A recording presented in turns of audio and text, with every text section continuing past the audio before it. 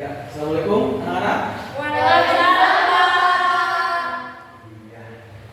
Gimana kabarnya hari ini? Alhamdulillah, luar biasa. Allahu Akbar. Kelas 11 DKV ini memang paling top dibanding kelas.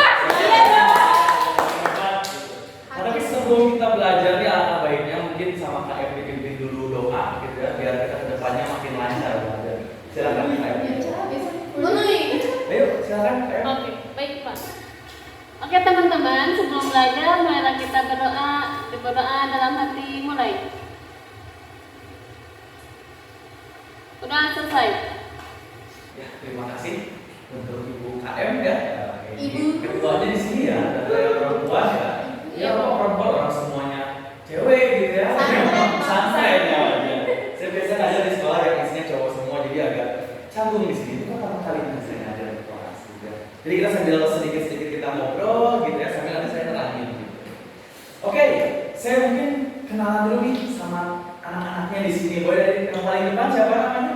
Namaku Dinda, Pak. Dinda, yang tengah? Namaku Marsya. Marsya. Marsya. Marsya. Oke, Marsya. Yang sebelah sini? Unui Pak. Siapa? Unui. Unoy. Yang belakang? Nilea. Milea. Benar ya? Oke. Yang tengah? Nadia.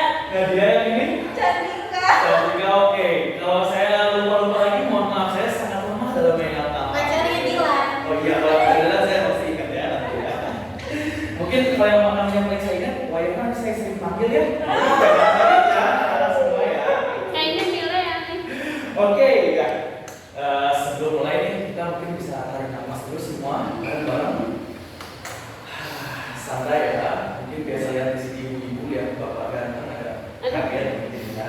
Ya, dia cowok soalnya kan biasanya lihat ibu cantiknya. Iya, kan, betul, gitu. Pak. Oke. Nah, kita mungkin langsung masuk ke materi aja ya anak-anak semua biar nggak terlalu menghambat juga. Jadi kita masuk ke materi videografi. Ada yang pernah dengar apa itu videografi? Video. Shoot video Pak. Orang. Saya. Oke, boleh. Shoot video Pak. Shoot video. Oke, bagus. Yang lain? Ada pilihan lain? Oke, boleh. TikTok. TikTok. Iya, TikTok video. Oke, yang lain? Ada lagi? Merekam kejadian Pak. Merekam kejadian. Ya, semuanya jawabannya benar. Jadi TikTok itu media ya maksudnya ya. Gitu. Nah, semua itu adalah video inti dari video itu adalah merekam sesuatu. Gitu. Dia adalah pengembangan dari yang pernah dengar sebelumnya fotografi. Fotografi pernah dengar nggak? Tadi pada sebelumnya. Pernah ya fotografi ya. Nah, Ya, fotografi itu dikembangkan lagi nih oleh para pengembang zaman dulu untuk menjadi videografi.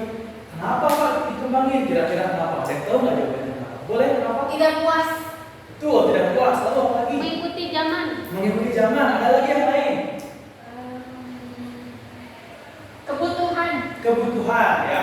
Jadi memang betul semuanya. Kalau secara umumnya memang di zaman sekarang itu membutuhkan namanya video. Tapi sebenarnya yang mungkin lebih tepatnya gitu, karena foto itu kan dia tidak bisa bercerita secara langsung, betul tidak? Betul. Ya, foto mungkin kita hanya memotret sekali. Tapi untuk ceritanya itu harus membaca sendiri gitu yang menerjemahkannya. Sedangkan video itu pembaca atau penonton bisa langsung melihat apa yang terjadi di kejadian tersebut. Kayak gitu ya. Ada yang bertanya dulu sampai sini sebelum kita lanjut? Enggak Pak, cukup Pak. Cukup ya untuk videografi ya. Oke, kita akan masuk ke videografi komposisi dan framing. Jadi kita sedikit jelas balik aja tentang video takutnya ada yang lupa gitu ya. Ternyata benar aja ada yang lupa ya. Gitu. Nggak apa-apa gitu ya. Kita masih belajar. Komposisi dan framing. Ada yang pernah kita komposisi? Ya, Tata letak ya sih Pak. betul. Tata letak. Ada lagi yang lain? Jangan jawab bahan masakan ya. Oh iya Pak. Komposisinya beda ya. Komposisi makanan sama foto beda ya. Oke. Nah mungkin kita lanjut aja tadi betul tata letak ya. Tata letak dalam videografi fotografi itu namanya komposisi atau framing kalau dalam videografi kata lainnya. Ada apa di sini sebenarnya framing atau komposisi ini kita lihat dulu nih sebelum penjelasan sedikit. Komposisi kalau secara definisinya kalau nanti ditanya di ulangan gitu ya tiba-tiba di ujian apa sih artinya komposisi itu? Nah kalian bisa jawab seperti ini. Tapi kalau bagi saya itu kalian menerjemahkannya sebagai apapun silahkan. Asalkan kalian memahami apa sih sebenarnya komposisi itu. Nah, Nah, dalam komposisi videografi ini adalah diartikan sebagai cara menata elemen-elemen. Betul ya tadi dalam gambar elemen ini mencakup garis, bentuk, warna dan gelap terang, gitu ya. Ada yang pernah dengar sebelumnya? Apa baru ini? Pernah. Pernah Pak? Pernah ya? Oke, sebelumnya udah pasti pernah. Jadi awas nih nanti kedepannya. Tadi yang suka bikin TikTok ya. Nah, bisa diperhatikan lagi komposisinya biar videonya lebih wah, kayak gitu, lebih FYP. Ya, cek budak ayeuna mah gitu. Oke, kita lihat sebenarnya ada apa aja sih komposisi dalam video. Yang pertama ada rule of third. Ada yang pernah dengar? Baru aja. Oh baru ya? Fotografi udah masuk rule of third? Belum Pak, belum. Belum. Kamu tahu dari mana tuh tadi? Baru aja. Kakak saya fotografi. Oh, kamu fotografer? Wah, siap. Nanti saya harus ngobrol nih sama kakaknya nih kayaknya sebagai nanti fotografer sama fotografer. Betul Pak. Oke, ini rule of third. Sebenarnya rule of third itu ya, ada yang tahu digunakannya untuk apa sebenarnya? Kalau lihat dari gambar ini kira-kira Pohon. pohon, oke. Ya, ada lagi yang lain. Apanya Pak? Kegunaan rule of third kira-kira apa? Kalau cuma lihat dari gambar ini. Patokan acuannya sih Pak. Nah, patokan acuan, misalnya Ini betul. apa? Misalnya Pohon. Pohon lagi ya. Oke, kita coba lihat barang-barang di sini. Ada pohon di sini, ya. Kenapa pohon ini kira-kira rule of third? Gitu ya. Dengan penggunaan garis bantu rule of third ini atau si kotak tiga ini ya, kenapa disebutnya rule of third? Karena dia ada tiga, gitu ya bentuknya. Itu dikarenakan menggunakan rule of third itu kita bisa menyeimbangkan di gambar itu antara yang kanan sama kiri. Contohnya, kalau di pohon, di sini kan ada garis ya, lalu ada pohonnya. Si pohonnya kita simpan di garis. Sebelah sini kita kasih kosong. Kalaupun nanti dihilangkan garis rule of third, itu akan terlihat seimbang fotonya, gitu ya. Kalau misalnya kalian kepo, kalian bisa coba pakai HP sendiri sekarang. Foto saya di depan menggunakan komposisi rule of third, kayak gitu. Pasti kelihatan. Kalau misalnya si objeknya ditaruh di pinggir ini, gitu ya. Itu biasanya untuk menyeimbangkan objek di dalam video atau foto. Seperti itu penggunaan rule of third. Ada yang bertanyakan dulu? saya Pak, saya Pak. Boleh. Itu apa namanya tuh objeknya tuh di pinggir gitu Pak. Betul, rule of third itu rata-rata objeknya itu ditempatkan di perpotongan garis. Perpotongan garis atas dan tengah, vertikal dan horizontal. Tapi tidak menutup kemungkinan juga kalau anak-anak semua mau menggunakan di tengah gitu. Gak jadi perkara juga gitu. Hanya saja seringnya digunakannya di pinggir. Dia jadi patokan itu ini, garis perpotongan antara vertikal dan horizontal. Itu sebenarnya yang jadi ciri khas rule of third. Kayak gitu. Itu minum Pak. Ya, silakan. Apa? Ada lagi yang bertanyakan? Cukup, Oke, Pak. kalau nggak ada, kita lanjut ke komposisi berikutnya. Ada simetri. Oh, saya lupa ini berarti ya. Kemarin saya bikinnya sambil ngantuk, jadi mohon maaf ya. Ini namanya simetri. Nah, kenapa disebut simetri? Soalnya sama. Nah, betul ya.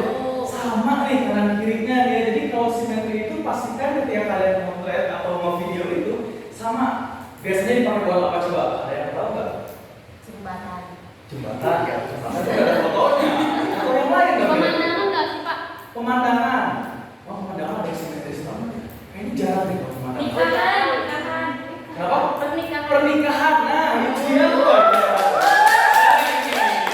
Betul tuh. Salah satunya di pernikahan. Biasanya kan pelaminan kanan kiri sama ya. Jarang pelaminan yang kanan kirinya beda gitu. Nanti disangkanya berat sebelah pernikahannya gitu kan. Takutnya kayak gitu kan ya. Jadi biasanya diseimbangkan. Nah, itu salah satunya pernikahan gitu kan. Lalu apalagi misalnya kalau kita mau video pintu nih, kan kotak ya. Ya. Kalau kita video ini ketika kita membuat komposisi seperti ini kan dia seimbang antara kanan kirinya. Nah, sebenarnya digunakan untuk memperlihatkan keseimbangan dari sebuah video. Kayak gitu. Paham? Ada yang mau dulu? Apa cukup? Cukup? Cukup. Oke, kalau cukup kita lanjut berikutnya. Oh, ini dari simetri. Frame in frame. Itu yang mana ya? Nah, yang kedua. Frame in frame. Dari namanya harusnya ada yang udah paham. Apa kira-kira? Ada yang bisa jawab? Ada frame di dalam frame. Betul, frame di dalam frame. Itu penggunaan frame in frame ya. Jadi frame in frame ini biasanya dipakai ya untuk memperlihatkan situasi orang yang lagi ada dalam ruangan gitu ya. Dia yang lagi bersedih ya, ada seperti itu. Milea. Milea, kenapa galau Milea? Putus sama Dilan. Waduh, jadi bikin video gini juga Milea. Oke, yang video ini siapa kira-kira? Kakak fotografer.